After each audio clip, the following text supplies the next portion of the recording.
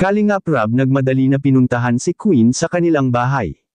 Nasa panganib si Queen, na depressed, at nanay may ipa-DSWD. Magandang araw at isang mapagpalang araw po sa inyong lahat mga kalingap. Sana'y hindi nyo po makalimutan na mag-like sa video na ito. At paunawa tapusin muna ang kabuuan ng video na ito mga kalingap at para malaman ang nilalaman nito. At maraming salamat po mga kalingap sa pagpatuloy na pagsuporta lalo na kay Kuya Val Santos Matubang at kay Ate Edna Vlogs at Kalingap Rab, maraming salamat po.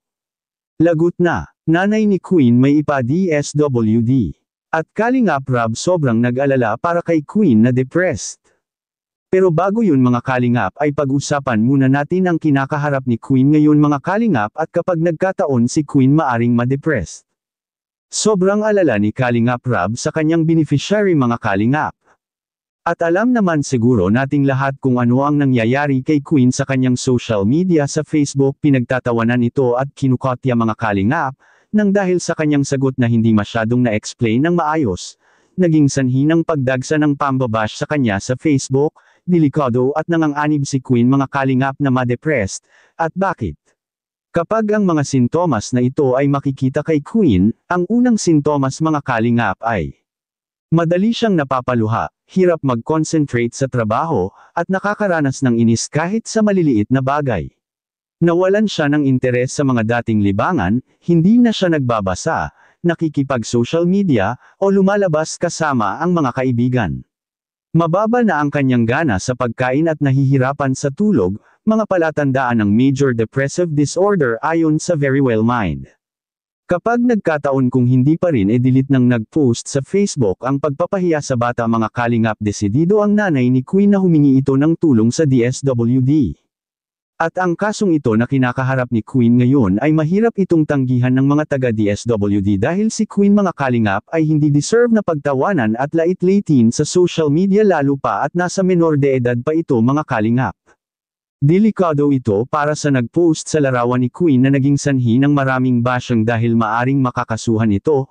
Nakapagsabi pa ang nanay na hindi na sila naawa sa bata lalo pa at may problema pa itong kinakaharap at lungkot sa kanyang puso. Kung ano man ito ay yan ang ating makikita sa video. Strong ka eh. Pero ngayon ka lang nakita ang ganyan na umiyak. Pagdating talaga sa papa mo. Naintindihan naman namin yun. Wala man si papa mo, dyan naman si mama mo. And habang may buhay, may pag-asa. Diba? Pag-pray lang natin kay Lord kung talagang will ni Lord na makita mo siya. Hindi okay. Kung hindi naman, pagbayan na lang natin sa Diyos. And andito naman kay mga kuya mo. Diba? Pero pinag-pray pa rin namin na sana, kahit man lang sa isang pagkakataon, di ba, magkita kayong dalawa. Basta tuloy lang ang buhay.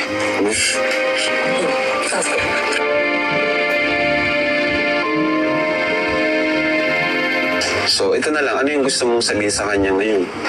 Ano po, if ayaw mo pa ako makita, okay lang naman po. Pero, yung gusto ko lang bukas talaga kahit isang araw lang. Grabe.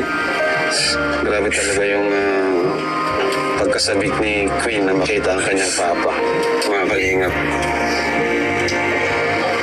Kahit ang dami nakakapalo na kay Queen, talagang ano pa rin po talaga, no?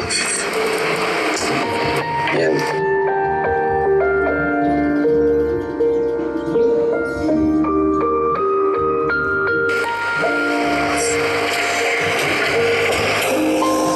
So ito naman may mga personal questions akong ano din, ihanda. So, ito na muna yung tatanong ko sa'yo. Ito, paano kung hindi matupad? May tissue kayo dyan? Tissues? Oo, ano na si Queen, no? Ikaw yung maiyak?